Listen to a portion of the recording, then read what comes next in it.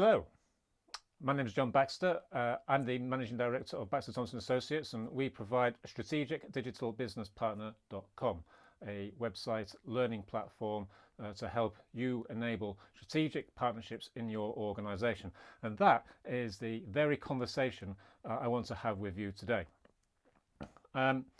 Just a quick overview. I've been in a corporate enterprise for over 17 years and working the two faces really, one from a business perspective and a technology perspective in implementing projects, scoping projects and trying to plan for the future. I've got a lot of experience that I've decided to consolidate into a set of training programs that help other people in similar situations to myself get ahead, you see. And this is effectively kind of a snapshot or some of the main pearls of wisdom really as a result of that experience. So this webinar, I guess, is going to take about an hour, and we're going to look at the various components that help organize our framework, our thinking, so that we can get some actionable results at the end of that. Typically, I work with IT directors, product managers, business relationship managers, IT business partners, project managers, service delivery managers. You get the idea. Anybody who has kind of like an interface role between stakeholders who want something and those other people who provide a service or deliver a kind of a technology component to whatever the organization is trying to achieve. Now, the challenge you'll immediately recognize is that trying to work effectively across different people's teams and agendas is a very difficult thing, especially in a hierarchical or matrix organization, which can maybe span many countries. The other aspect is that trying to get beyond, say, the next 6 months and think into the future is obviously very difficult. And typically, we just end up in a rushed way trying to sort of put together the numbers for next year's budget. How about 3 years out into the future? Could we do that? And my particular observation over the years I've been working in large enterprise and even smaller businesses is the fact that a person can have many different roles, and in fact the skills are not necessarily role dependent, but they're organized in terms of competencies. So if we plan for a competency in an organization, I believe we're going to be far more effective rather than trying to figure out who should do what. It doesn't really matter at the end of the day, so long as it gets done and it's done with sufficient skill to deliver the result intended. So moving swiftly on, the ideas I'm presenting to you today really are quite global in nature. They are transformative to your organization. This is not a kind of you recruit one person and then you think your problem is solved. It's actually affecting the way many people work across the whole organization. Now, as a result, partnering per se is not a role but a discipline, and that discipline consists of 5 competencies. Those competencies are relationship, value, strategy, portfolio and organizational change. Now, depending on how well you affect those competencies in your organization really determines the level at which the maturity of that organization is performing at. And I'll talk a little bit more about that, but that is kind of the yardstick, the measure we hold organizations to in order to understand where improvements need to be made and how. Now, the other aspect of this is because it's not role dependent per se, anybody can show an interest in these competencies. And the more people who practice these skills, the more successful the organization will be. And that's a fundamental tenet, a principle of how we've put together this framework. Now, those organizations who deliver on their intent also have centers of excellence around each of those competencies, and they're there to advocate, nurture and train people, hand on the relay, so to speak, to the next batch of people who want to follow in the footsteps of those people who've gone before. Now, it's a big thing. You're thinking, okay, well, if I were to apply that in my organization, that involves a lot of people. It probably involves budget and everything else. But you can start today. You can start affecting change in small ways, really through your own behavior, attitude, and activities. And from there, we can start to build out and involve other people on the journey as well. So the key message is start small and be consistent. So let's have a look now at organisation partnership maturity, this measure of how we assess the performance of an organisation. So the epitome, the end goal, I guess, of any organisation is to work strategically. That is, they're able to work together effectively and plan for the future. Now, this measure is an indicator of a variety of different drivers. And in fact, we split it down into 3 different levels. One's a reactive partner, the next one up is a service partner, and then finally a strategic partner. And I'm hoping that those definitions are fairly self-evident. And that is a scale we use to measure organisation partnership maturity. Now, these drivers I was mentioning slightly earlier was IT capability, organisational stress, capacity and finance, partner competency level, strategic alignment, and business maturity. So there's 6 drivers there. And in order to improve organisation partnership maturity, imbalances or weaknesses in any of those 6 drivers need to be addressed, and that typically means cross-functional change. Now, this diagram you can actually download as part of this webinar, and I'm just going to go into a little bit more detail on what this means. I'm not going to read verbatim every single line, but it's basically a matrix. And on the left-hand side, you can see here the 3 different levels. And across the top, you've got the drivers, strategic alignment, all the way through to partner competency. You've got and the performance symptoms. So, for example, with organisational stress, if you just read these out, you'll be able to understand where an organisation is at simply by assessing whether do you recognise the symptoms, basically. So it's a very simple gut feel, where are we today? And in fact, where do we want to be in the future?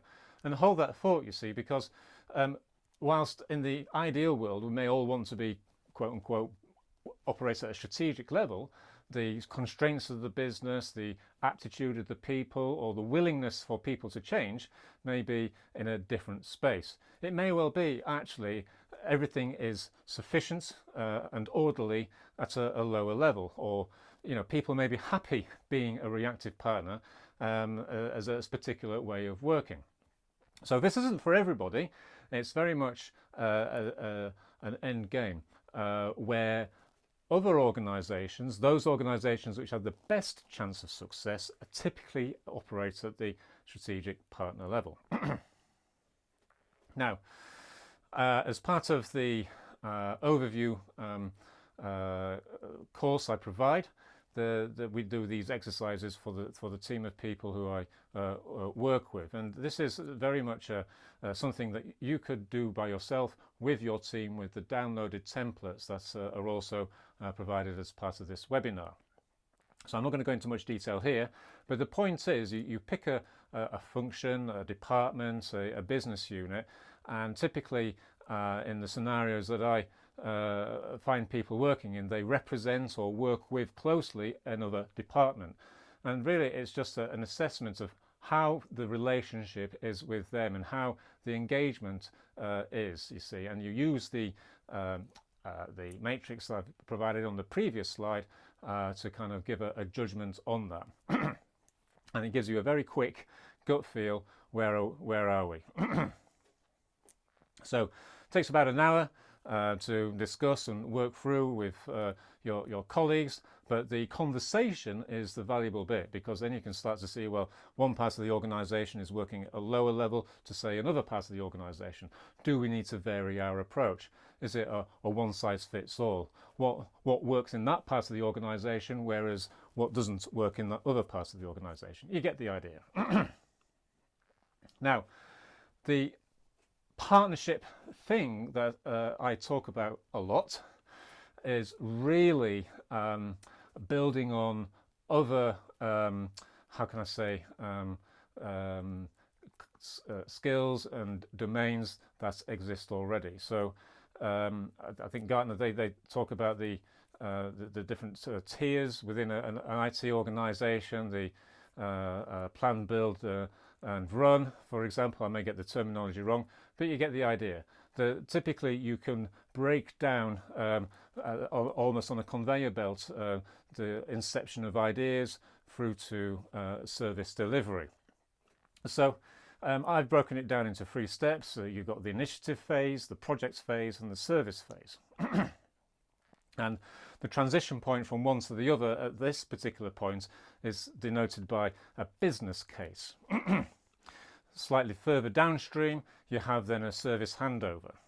Now, typically what happens in an organisation is that you have ideas, and at some point there's sufficient momentum behind an idea to create a project, and there's funding that's found, and then some planning takes place, and lo and behold, you have a project proposal. That hopefully passes the business case. It then goes into the project pipeline, so to speak, and if all works out well, there's some kind of handover, and it becomes part of whatever the service that the project was going to be delivering, becomes part of a managed catalogue. Now, there may well be other smaller aspects to that service that require changes further downstream, but that doesn't necessarily have to be managed as a project, and in fact it gets managed as a change request. So it kind of skips through the various hoops to be delivered more quickly. Now, everybody recognises this, and our thinking and practice is in this space. And the difference between operating at a service partner level and a strategic partner level is the fact that we need to change our perspective, and we need to think much longer term out into the future. And this is where we start to think not just from the immediate kind of request for a project, but understand what and perceive the outside environment of the company, the business, the organisation, the charity, the council, or whoever. We need to understand the market constraints, the business dynamic, the competitive nature of other players in this space. We need to understand the technology trends as well. I mean, this is all a very nebulous kind of thinking, you know, because you have many kind of facts and observations, but you don't know how they all string together to come up with some kind of story or some kind of insight that would actually benefit the organisation. How often do we actually spend time thinking about it? Yet we must, if we're going to be in the strategic partner space.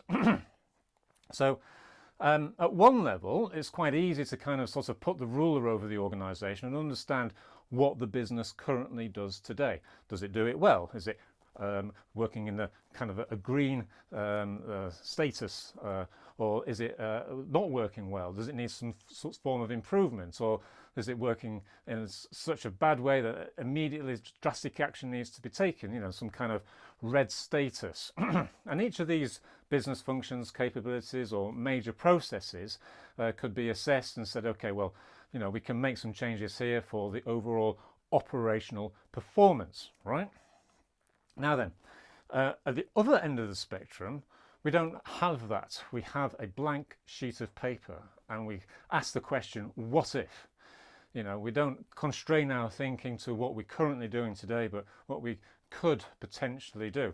So it's all about, you know, what could we offer the customer?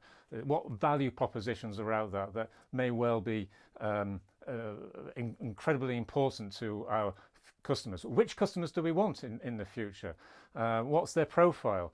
how would we make money from providing them a service? And in fact, what are the services? So it's those kind of big questions which are typical of the strategic space.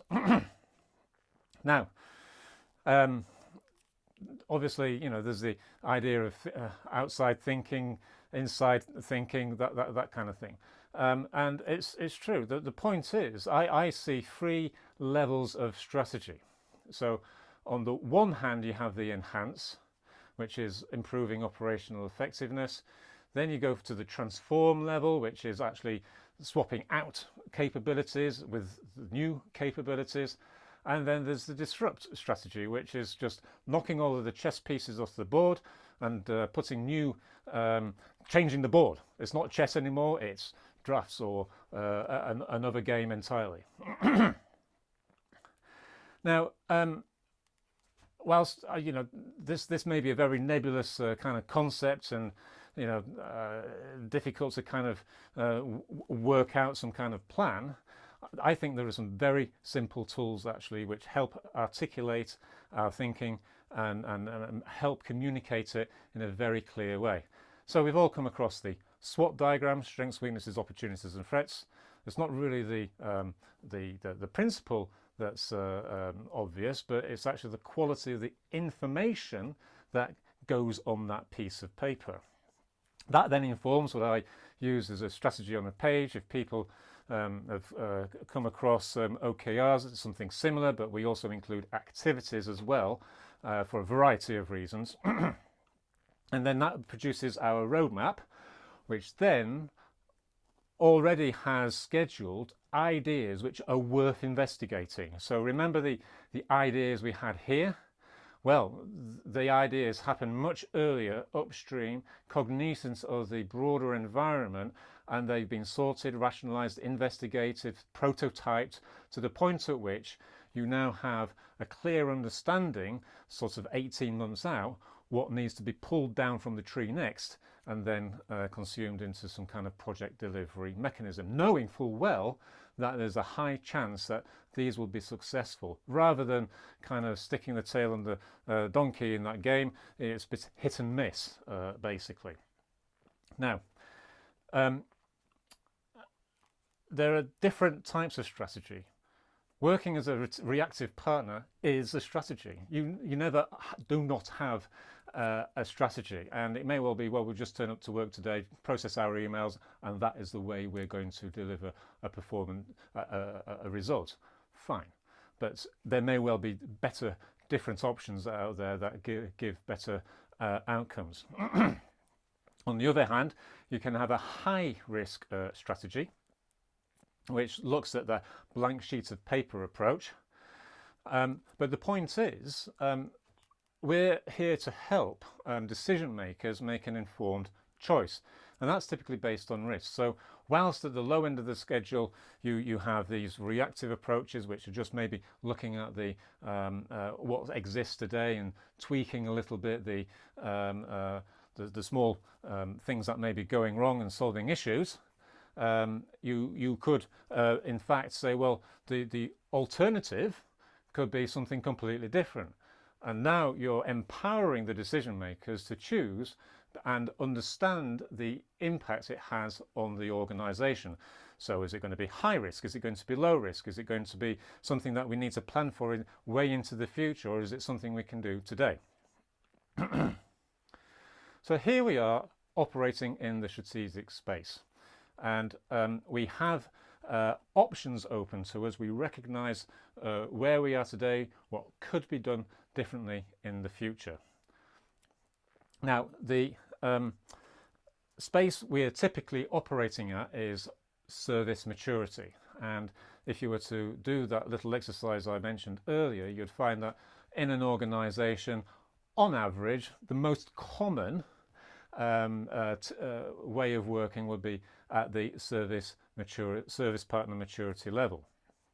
Now, if, say, for example, everything is chaotic and disorganized, there's a lot of blame culture, there's egos around trying to get their stuff done because it's important to them, not necessarily because of the business imperative, and we need to move more into a service-oriented space, we need to build effective relationships with people across the organisation.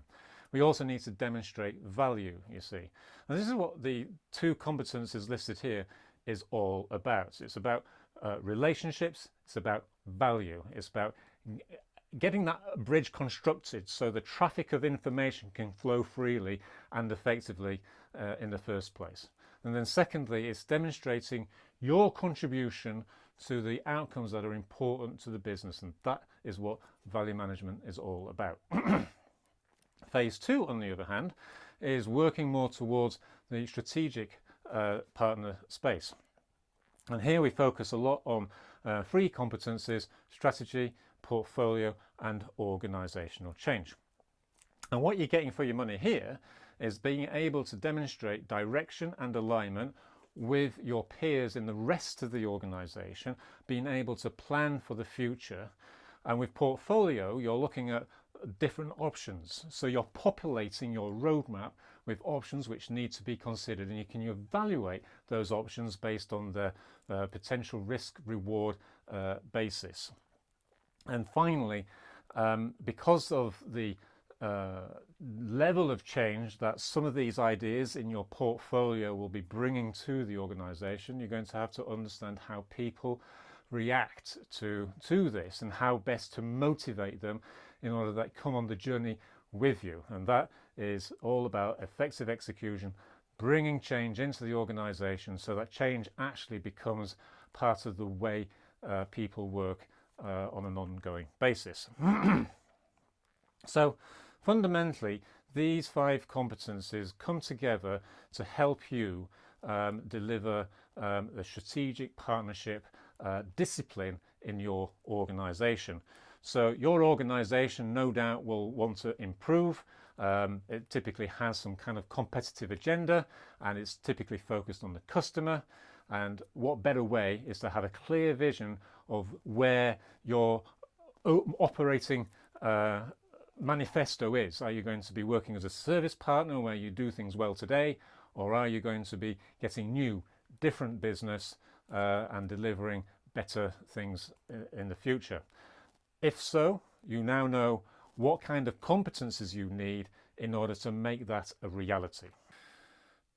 So you may be thinking to yourself, well, it's not just training courses that are going to help me implement strategic partnerships in my organisation. And I'd agree with you, absolutely. In fact, we have to consider the organisation partnership maturity level in deciding on how we're going to approach this topic.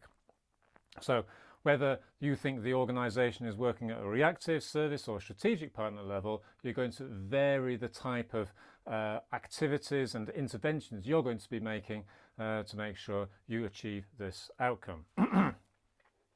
So what is the implementation approach if, say, you're working in an environment which is reactive? Well, here the key principle is demonstrating credibility in your function first. That is to say, if you're managing a team of people or you're responsible for a department, it's making sure that you're credible in the eyes of your peer group outside that team and the rest of the organisation.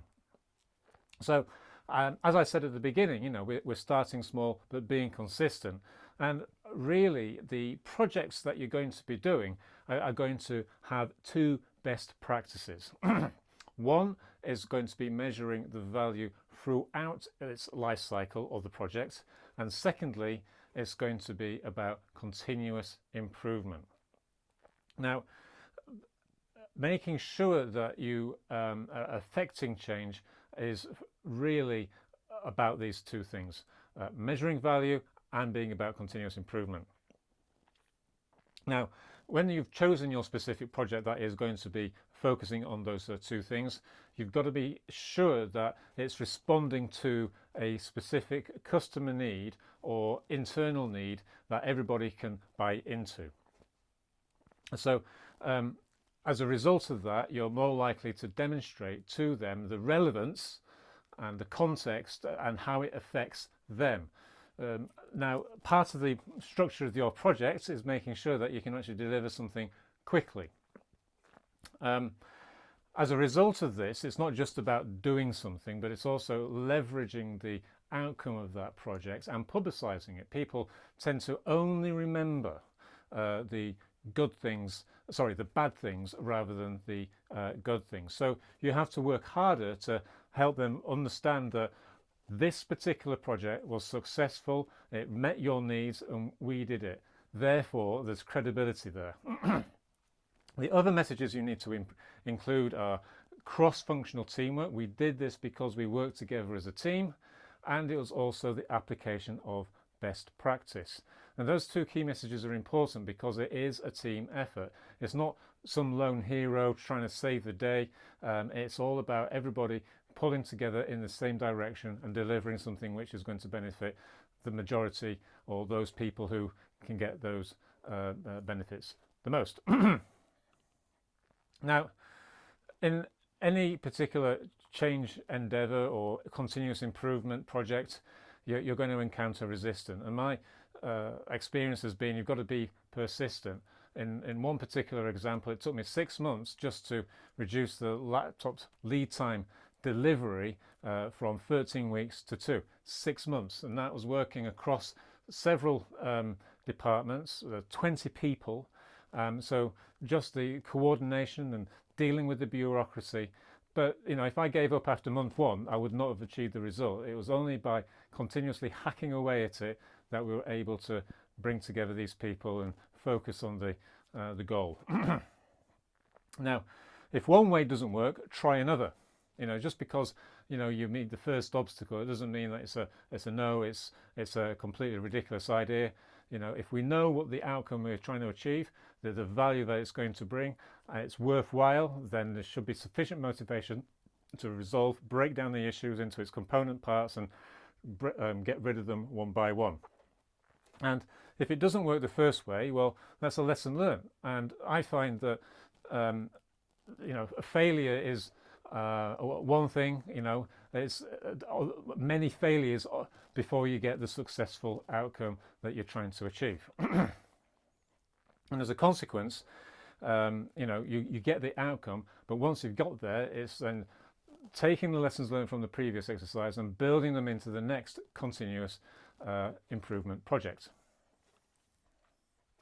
Now, so the reactive partner space was very much about building credibility, doing consistent small projects that improve the way you work. Okay, so individually, over a period of time, once you've done one thing, gone to the next thing, and then the other, you build up a track record, and that's really important. And because at the end of that overall, you'll be gaining a reputation for actually delivering something.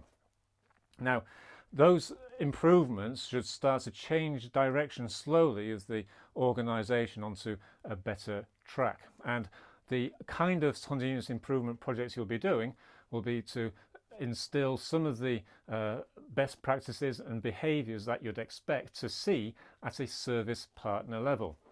And once you've got to that point, you can then start doing different kinds of activities. So in this particular case, we're going to be focusing on aligning a series of activities to an outcome. So whilst the activities you were doing in the previous case were continuous improvement, now we're looking at a broader range of projects, and we're now trying to understand what you're doing in those projects, what you're doing in those services, and ensuring that they are aligned to delivering a real valuable outcome. If they're not, then we can stop them. The point is that to help us understand whether something is valuable or not is to really have a clear vision and mission for the organisation as a whole. And these can be broken out into strategic themes, and those themes are the litmus test, the beacon to which you can hold a project or an activity or a service and say, is this delivering value? Does it contribute to that strategic theme or not? So you can start grouping these projects together under a common outcome. So if your strategic theme is to, I don't know, for the the department to reduce costs, then if that project does not contribute to that outcome, then you know it's not going to go under that strategic theme or not be done at all, depending on the other themes that you have going that fulfill the mission and vision of your team or organization. And this is where governance starts to become really important. Who makes the decisions, how they make decisions, what criteria do those decisions get made on? And as a result, you need to start to bring together, orchestrate different people who would be affected by those decisions or be people who participate in the decision-making process. And as a result of that, you can start prioritizing the demand and scope those projects and ideas based on the strategic theme that you've put together. Typically, I have 4, maximum 5 strategic themes to focus people's attention on, and if a project goes into that theme or not, then that is a decision, because typically if that project is not aligned, we don't do it, or that service is not aligned, we stop providing that service. Now, the other aspect here is that a failure mode I find quite often in organizations is that they're wanting to please their stakeholders, so they take on far too much work. So they start too many things without completing them, which means that we're pulled in too many different directions. And as a result, at the start of the year, we have all of these grand ideas of a long laundry list of projects that we're going to do without any clear criteria on what should be done first. And so we start too many. And at the end of the year, we lose credibility because we haven't been able to finish some of those projects. They're delayed.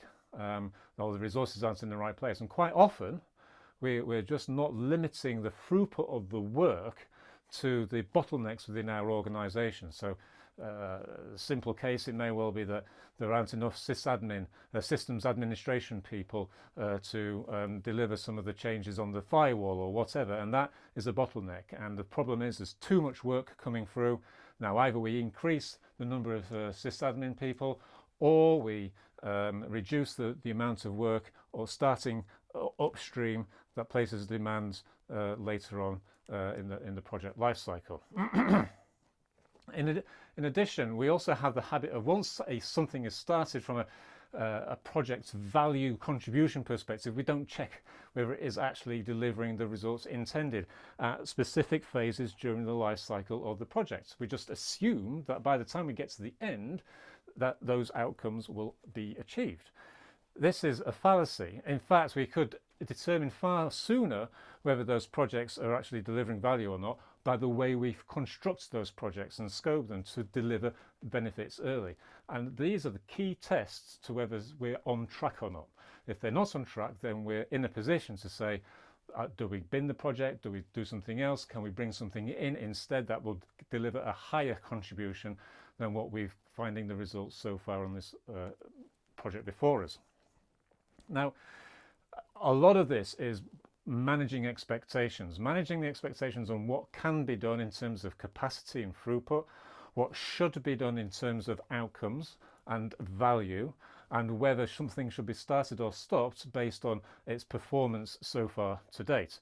So manifestly, I've seen in many organizations this does not happen. There's gross assumptions on both sides of the table, and because of those assumptions, differences of opinion occur, they're not correctly resolved, and conflict occurs, a blame culture ensues, and people are at loggerheads, and that reduces performance and productivity even further.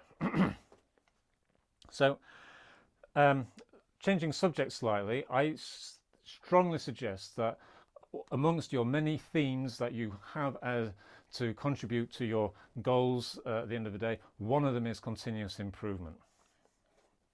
I would argue that you need expert resources to help people who may have skill gaps to focus and get up to the right level to make those value contributions. The issue, I think, quite often is that we don't have enough resources to deliver the change required. And if people have committed to that change, they should also commit to providing the resources available. Otherwise, it's not a good start, really. We're setting ourselves up for failure. So either we have to reset our expectations on what can be delivered based on what capacity and skills we have, or we invest to make sure that they complete or not. The other aspect is that once we're being able to increase the throughput, the amount of work that goes through the pipeline, so to speak, we can start to reduce the cycle time. So the amount of time at which it takes to go from, say, deciding we're going to implement this idea to actually getting the idea delivered, instead of it taking 2 years, it takes 2 months. Imagine that. Imagine how much credibility that can bring your team or your organization. If you're continuously improving, looking at ways to remove bottlenecks and demonstrate value. Now then, if you're successful in those areas, I would suggest then you can start implementing a different set of activities and approaches to start being in the strategic space. So hopefully by putting in the governance, managing your throughput, improving the skills, removing the bottlenecks, you're able to be effective at the service partner level. Now, in order to be strategic, we need to then do additional set of activities to start thinking into the longer term. So now it's all about sensing what is out there in the marketplace, understanding the technology trends and the impact it could have on your organization should you choose to implement those ideas. So instead of planning for projects, we're now planning for capabilities, and these capabilities are new sets of skills, resources, tools, technologies brought together and orchestrated to become a machine, to produce a useful output which didn't exist before. And you don't know exactly how they're going to work in a minute detail, but you know this thing could have demonstrable impact. There are probably case studies out there that show the utility and benefit in other organizations. It's just a question of how do you make it work in yours, right? So that typically requires thinking about and the prototyping and everything else. But the time scale that you do these activities is much further out. So instead of having the idea and saying it's now a project, it's having an idea and kind of managing all of those different ideas and choosing which one shows the most benefit after a short period of feasibility or prototyping before you decide to sort of push the button and implement it across the whole of the business. Now, the other aspect or a capability that you have to have as part of your organization is the change capability, this muscle which helps people bring about different ways of working on a continuous basis. So the amount of change that the organization can take, typically at the reactive level, is very slow. You're very set in your ways. Nothing changes around here. We've always done things like this. Whereas in the strategic space, well, what worked 6 months ago now no longer works. We're doing something different. There's a different platform, or there's a new technique that we're now thinking of applying. This is, oh, it's not a surprise. It's okay. Well, there's obviously a reason for it. It's been demonstrated elsewhere. Let's go and do it. So to bring about this change, obviously the people have time set apart to enact these change activities, communicate, work with people, maintain the motivation, and also provide the strong sense of direction and governance necessary. As part of the strategic thinking space, as I mentioned earlier, it's all about creating options for those decision makers. Which idea has the highest potential to investigate further before we make it a project, and you can do a quick assessment on return, on risk profile, and that helps them make, well, let's place our bets on this particular set of ideas first. Because at this space far out into the future, all we're doing is experimenting. The main outcome of these experiments is probably a failure. You know, how many rockets get exploded before the first one gets to the moon?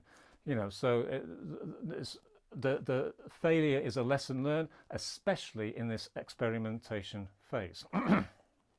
So fail fast, fail often is the key to innovation.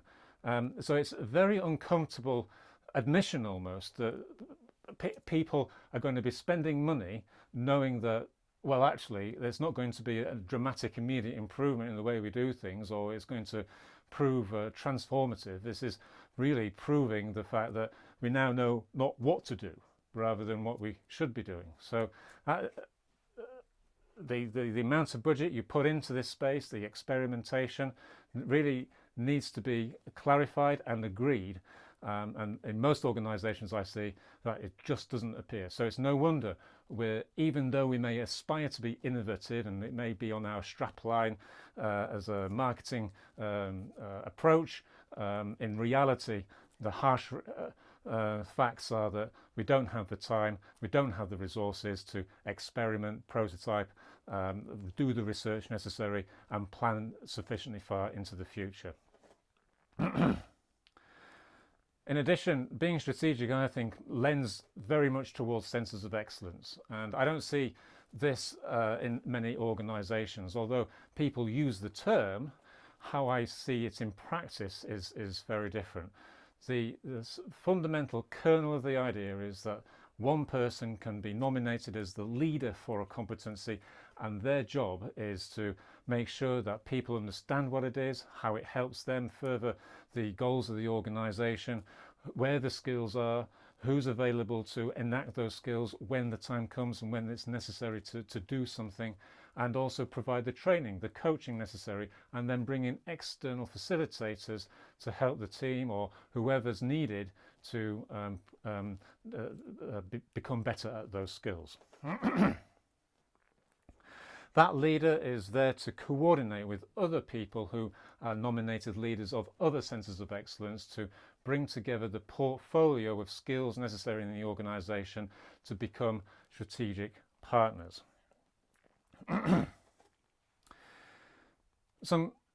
Finally, some tips really to help you start today, really. So whatever the level you think your organisation is at, you need to be cognizant of what's in your sphere of influence and outside it. And the biggest results you're going to get are the ones where you focus on those within which you've got control. Start with the customer and what's important to them, and then work backwards. You know, so there may be other people who have got strong opinions, but if you call to attention what the organisation, the broad organisation, the whole company is about, and the mission and the values that the company has, and call people to that attention, then you're going to be in a much better place to help marshal and coalesce people around a common theme. Deliver, demonstrate and leverage the outcome. So it's not just about delivering, but it's also communicating you've done something good here.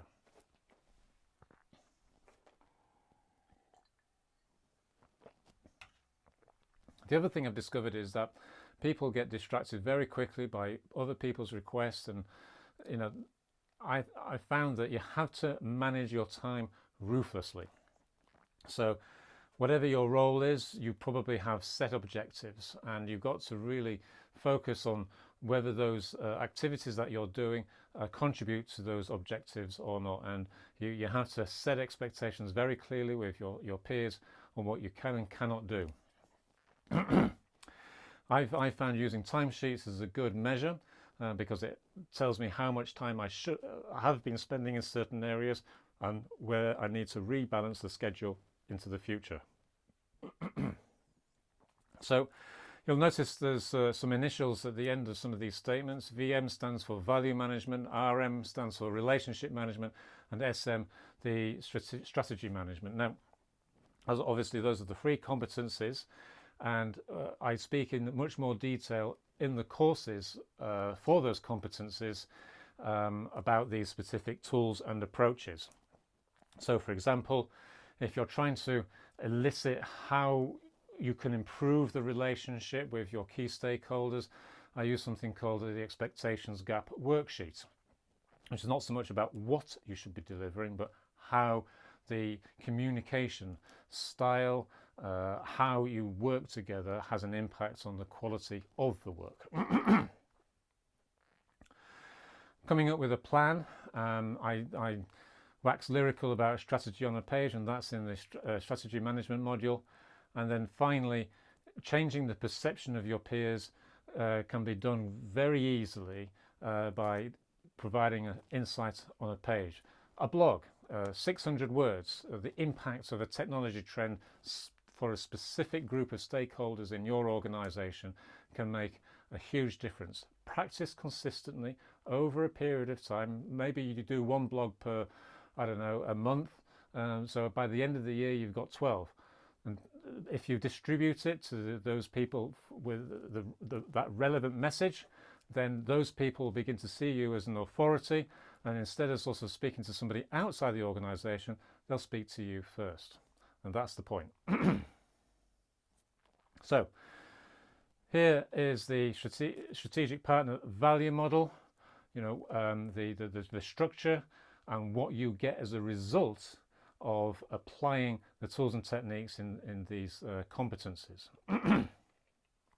Now, Baxter Thompson Associates offers a certificate. It's called Strategic Digital Business Partner, SDBP for short, and you get a foundation certificate if you pass the exams in these free courses here. We're yet to finalize the digitization of the workshops that we have available for portfolio and organizational change, but the intent is that there'll be exams for these two, and if you were to write a case study, that together will give you the practitioner level SDBP certificate. So exams only, which is understanding the approaches and tools and techniques, and then finally an actual case study where you've demonstrated the application of the tools and techniques of these in your workplace and shown the benefit to the rest of the organization. There's more free resources. So there's a blog which talks about strategic partnering in many different contexts. There's a YouTube channel which is much more about the how-to for specific knotty problems. And then there's a white paper here which goes into more detail about the competencies and the centers of excellence approach and the change management within an organization to get to that strategic partner level. If you want to know more information about the specific competencies, then there's these web pages here which would help you with that. And finally, join a learning group. The next set of webinars where I provide coaching sessions starts on February the 10th. That goes together with the learning management system we have, which has a selection of videos, exercises and exams that are based on a real life case study, and it puts you in the position of a person. You follow a story and you're able to apply the thinking, the approaches, the techniques in a very relevant and real way. Very different from other types of courses where exams tend to be multiple choice, testing your knowledge. This is testing your, how can I say, your aptitude given a scenario. Yeah, so very different look and feel. The coaching sessions are much more a reflection of that exam and the exercises that you can apply in your personal time or within a work context. So there's a very valuable, rich course that you can apply for. So it starts on February the 10th. There's a discount which will be available as a coupon below. So you're more than welcome to join the rest of us on these coaching sessions and listen to these workshops and understand how you can become better at managing relationships, value and strategy. Thank you very much.